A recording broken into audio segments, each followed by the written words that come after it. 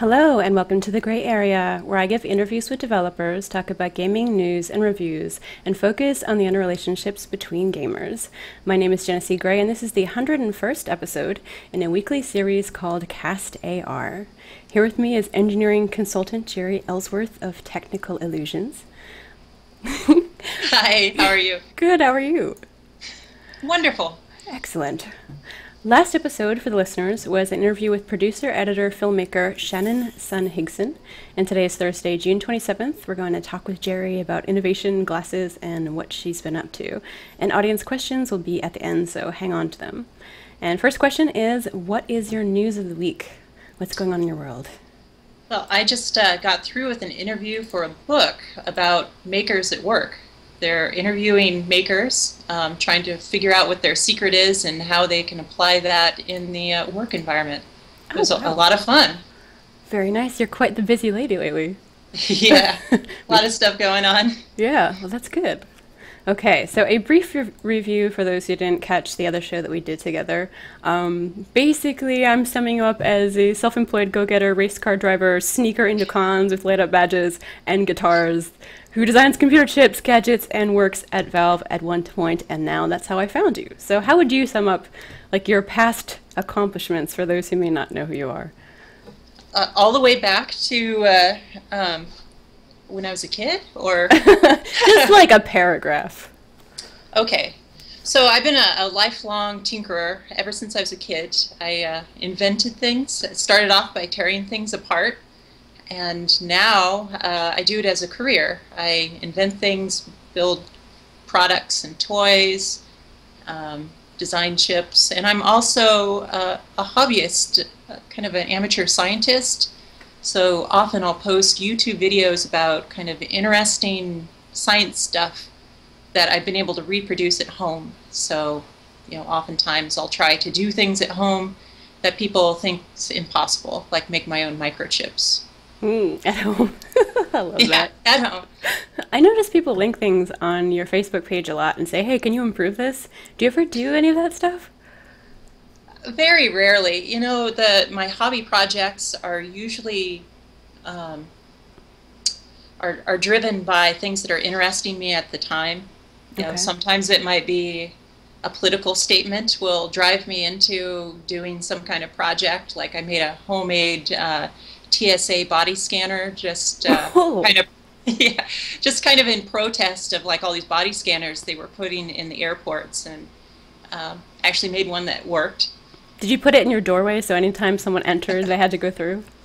Well, mine was a little bit more manual. You had to actually move the actuator around, so it's more like just rubbing it onto people. But but it did work. You could image right through clothing, and yeah, so that's kind of fun how at parties. Actually, I think that's not the first time I heard that. Nice. Okay, last time you're working on... Go ahead. You jumped a little. A similar project that was in Portland. They were putting these big PA horns on the front of speakers that would announce when buses were turning. And because the drivers kept running over pedestrians. Oh, man. And I thought, well, I was kind of upset. I thought that maybe they should just learn to drive better than instead of having a blaring horn in the front. And so I made a little protest video about that and showed how they were working on a system that cost like $40,000, and I showed how you could do the same thing for like $10 worth of parts, and that it really doesn't work very well anyway. So it really upset people. It was funny. Did they take it seriously? I mean, they could use that system. I don't know how seriously they took it. Some other like bad mojo went down. There was like the guy that was doing the contract work for them got onto my YouTube channel and was like being all sexist, saying that I set women back 100 years by doing this video, and then it just enraged the internets, and they like chased him down. And like, there was your innovations have set back womankind. What? Yeah. Stop being intelligent. I know. I should just be in the kitchen making sandwiches. Nice. But the internet, you know, the Knights in Silver armor, shining armor, came out and called them out on it, and it hit some news services, and then, well, they didn't put the PA systems on the buses, so I don't know how much my video was a factor Okay. or not. There you go. Forcing people to hire uh, better drivers every day. Last time we had you working on secret projects for Valve and giving us inside looks at that. And I want to ask you, I've seen, what is Pinball Donut Girl? I have to Oh, know. I'm a star now. I'm on IMDb. So I funded a Kicks or a Indiegogo project for a pinball movie. I'm a pinball aficionado. I like pinball machines and I collect them. So there was this producer that wanted to make a short, like 10-minute film about a love story around pinball. And so I donated a bunch of money. So I got to be like the stunt actress in there doing like the flipper shots. And I got to do all Oh. these like trick shots for the camera. And so it's all edited and it's been submitted to film festivals. And I get an IMDb All right. entry. I'm, It's really a sappy, cheesy story. how is a love story related to pinball? Like they meet over pinball or? Yeah, so it'll probably take me longer than 10 minutes to explain the 10-minute movie, but basically the beefcake cute guy falls in love with really good pinball playing donut girl that works in a donut shop, and she's really good at pinball and she can play with just one hand and do all these tricks.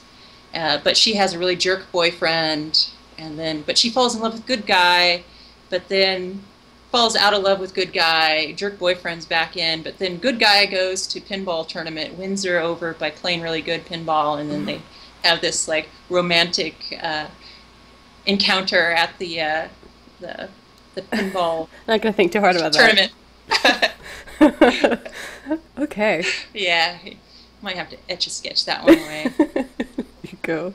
So I know you used to take a lot of these with you to work. What happened? Are you storing all of them? Because you had a lot of pinball machines. Where are they? What happened? Yeah, so I'm not at Valve anymore. So I had about 18 or so on the hardware floor of Valve. Uh, I have like 20 or so set up at home right now. That was in addition to the ones that were at Valve. And then my garage is full of them. So you can take a pinball machine. It's normally kind of long, but if you take the legs off, you can fold it up and strap the head down. You can stand them on end. So I actually have a bunch of them in storage.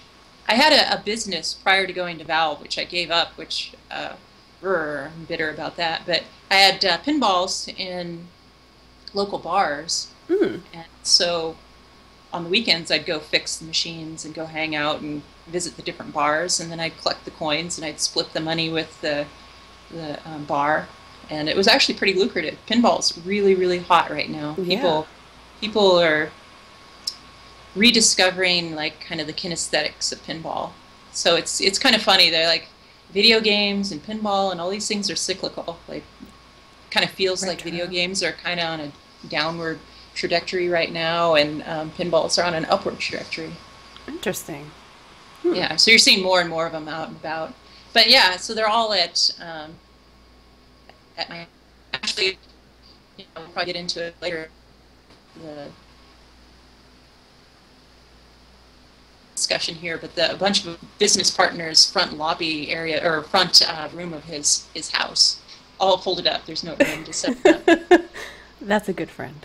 Nice. I remember going to MagFest this year, and they had an entire floor just full of pinball machines you could play for free, and it was really fun.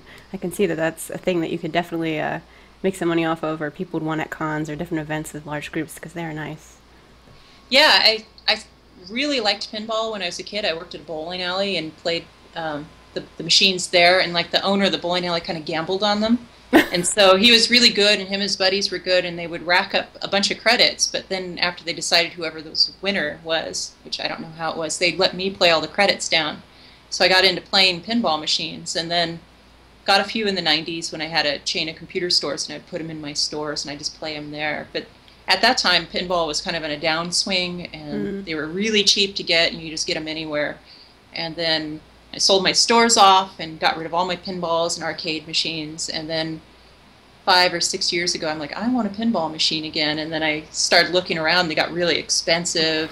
And I because it's upward trajectory, I guess, again. And so I got a couple machines and then a few more machines. And pretty soon my whole living room was where I couldn't move around. And then a friend of mine said, I know where there's a bar that you can take and set these machines up. I'm like, that's cool. Then I can still play them instead of having them folded up. And then I can just go Make money. you know, make money. And it was pretty good. It was $100 a week or so. 100, $200 a week on a good machine. Nice. So it was a sizable chunk of money. Very good. Okay, let's get the unpleasant part over and we can enjoy the new horizons. Oh, yeah. Yes. This is... Valve has said, quote, "We aren't canceling any projects, we aren't changing any priorities or projects we've been discussing. This isn't about Steam, Linux, or hardware. We're not going to discuss why anyone in particular isn't working here. It's not the performance of individuals." And Director of Business Jason Holtman has departed the company as well. So this seems like a large and unexpected move for a company that kind of allows innovation and independent projects. Any speculation, I use the word speculation, as to what the shakeup was about? Oh, yeah. I know a lot about it. First of all, I probably should frame this with, I have a lot of friends at Valve. Oh, there's like great people there, really, really great people. Especially in my team, the hardware team, we were really close-knit. We were probably the hardest working people in the company. We're very often we get in like 1 o'clock or 3 in the morning. We just worked insane amounts of hours. So just respect for all my friends that are on there. But of what went on is that last time we spoke was probably, I think it was the first time that we were ever public about the hardware department. And that all stemmed out of trouble recruiting people for the hardware department. When I first started at Valve, I was very skeptical that they would actually stick with it, and I had all these connections in Portland. I had other contract and work that I was doing, so I really didn't want to commit to Valve. But they started pumping me up and telling me how I'd have all this control of the hardware group and be able to form the group as I like. And so I started to drink the Kool-Aid and like, yeah, all right. And so we'd actually been going probably a good 6 months before I came onto your podcast and started talking about these developments in the hardware department. At that point, we were still a very we always were a skeleton crew. We always joked with each other that, each of us is like working the jobs of like 5 engineers. We're just working really hard. And so there's a lot. I'm trying to be very careful what I say, because it's not 100% true for all like groups in there like this. So you probably have, many of you have probably seen the Valve Handbook, which is a very idealized view of what Valve is like, and a lot of those things are true in there. Like it is kind of a pseudo flat structure where at least in small groups you're all peers and you make decisions together. But the one thing that I found out the hard way is that there's actually a hidden layer of like powerful management structure in the company, and it felt a lot like high school. So there's popular kids that have acquired power in the company, and then there's the troublemakers and everyone in between. So everyone in between is probably okay, and then there's like the troublemakers that actually want to make a difference. So I was struggling in the company to try to make a difference and actually make the hardware group move forward. We were having very difficult time recruiting folks, because we would interview very talented people, and then they would be rejected by the old-timers in Valve as not fitting the culture